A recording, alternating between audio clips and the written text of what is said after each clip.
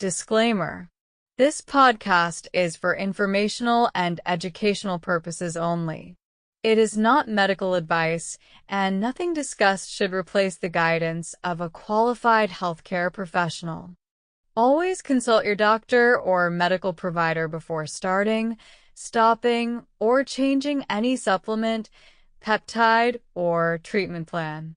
Today we are diving into the fascinating world of KPV peptides. KPV is a naturally occurring tripeptide, which means it is made of 3 amino acids: lysine, proline, and valine. Though small in size, it has gained attention for its strong anti-inflammatory and immune-modulating properties. This peptide is found within a larger protein called alpha-melanocyte-stimulating hormone, or alpha-MSH. Researchers discovered that KPV retains some of the most important biological functions of alpha-MSH, but in a smaller, more stable package. One of the main reasons people are so interested in KPV is because of its ability to reduce inflammation. Chronic inflammation is at the root of countless conditions, from autoimmune diseases and gut disorders to skin issues and joint pain. KPV works by blocking pro-inflammatory molecules like tumor necrosis factor alpha and interleukin-6. At the same time, it enhances anti-inflammatory pathways. This dual action makes it an intriguing candidate for helping with disorders that are stubborn and resistant to conventional treatment. The gut has been a major focus of KPV research. Conditions like ulcerative colitis, Crohn's disease, and irritable bowel syndrome are marked by painful, ongoing inflammation. In animal studies and early human trials, KPV has shown promise in calming the gut lining, promoting healing, and reducing flare-ups. The peptide seems to strengthen the intestinal barrier, which prevents toxins and bacteria from leaking into the bloodstream. This is crucial because a leaky gut can trigger widespread inflammation and worsen autoimmune symptoms. Beyond the digestive system, KPV may also be useful for skin health. It has been studied for conditions like psoriasis, dermatitis, and even wound healing. The peptide's anti-inflammatory nature makes it appealing for calming redness, irritation, and swelling. Some people explore topical forms of KPV, applying it directly to the skin in creams or gels. The local effect can help target specific problem areas without requiring systemic use. Another area of interest is its potential in joint health. Inflammation in the joints is painful and destructive, whether it's from arthritis, injury, or overuse. Early studies suggest that KPV may help reduce joint swelling and stiffness. While more research is needed, the mechanism makes sense because the peptide interferes with pathways that drive tissue damage. KPV also interacts with the immune system in unique ways. Instead of bluntly suppressing immunity, it helps rebalance immune activity. In autoimmune conditions, where the immune system mistakenly attacks the body's own tissues, KPV may help restore harmony. On the other hand, in situations where the immune system is underperforming, KPV might help bring it back online. This balancing effect is what makes it different from many traditional anti-inflammatory drugs, which often come with significant side effects. Dosing and delivery methods for KPV vary. It can be administered through injections, orally in capsules, or topically.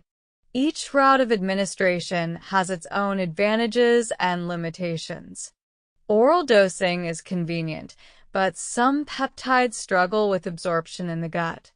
Injections provide more direct availability, while topical application may be best for localized skin issues.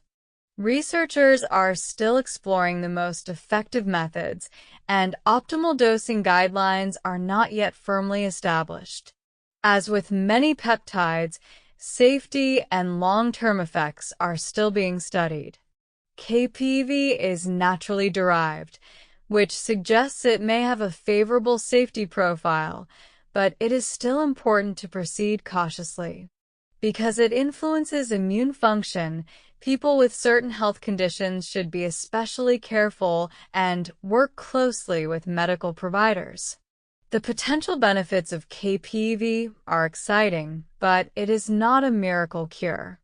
It is a tool that may be helpful in the right context, and like all tools, it depends on how and when it is used. Science is still uncovering how best to harness its power. Beyond health and medicine, researchers are even looking at the role of peptides like KPV in enhancing recovery for athletes and people under physical stress. By reducing inflammation and supporting tissue repair, it may shorten recovery times and improve resilience. That said, much of this is still early-stage investigation. When thinking about KPV, it is helpful to place it within the larger world of melanocortin peptides. Alpha-MSH, from which KPV is derived, has been shown to influence pigmentation, appetite, immune balance, and even energy homeostasis. KPV does not carry all those functions, but it isolates the anti-inflammatory and protective properties in a simple, stable structure. That makes it easier to study and potentially easier to use in therapeutic settings. In the future, KPV might be formulated into prescription therapies for autoimmune diseases, gut inflammation, or chronic skin disorders. It could also become part of functional medicine toolkits, paired with lifestyle approaches like diet, exercise, and stress management. The exciting part is that it represents a different way of addressing inflammation, one that is gentler and more balanced than many pharmaceutical drugs currently available. As with every peptide, accessibility is still a challenge. In some countries, peptides are only available through research supply channels, while in others, they are being explored through clinical use. Regulations are evolving as science advances, and anyone interested in exploring KPV should always ensure they are sourcing it safely and legally. At its core, KPV reminds us of the potential hidden in small biological molecules. A short chain of just 3 amino acids has the ability to influence inflammation, immunity, and healing.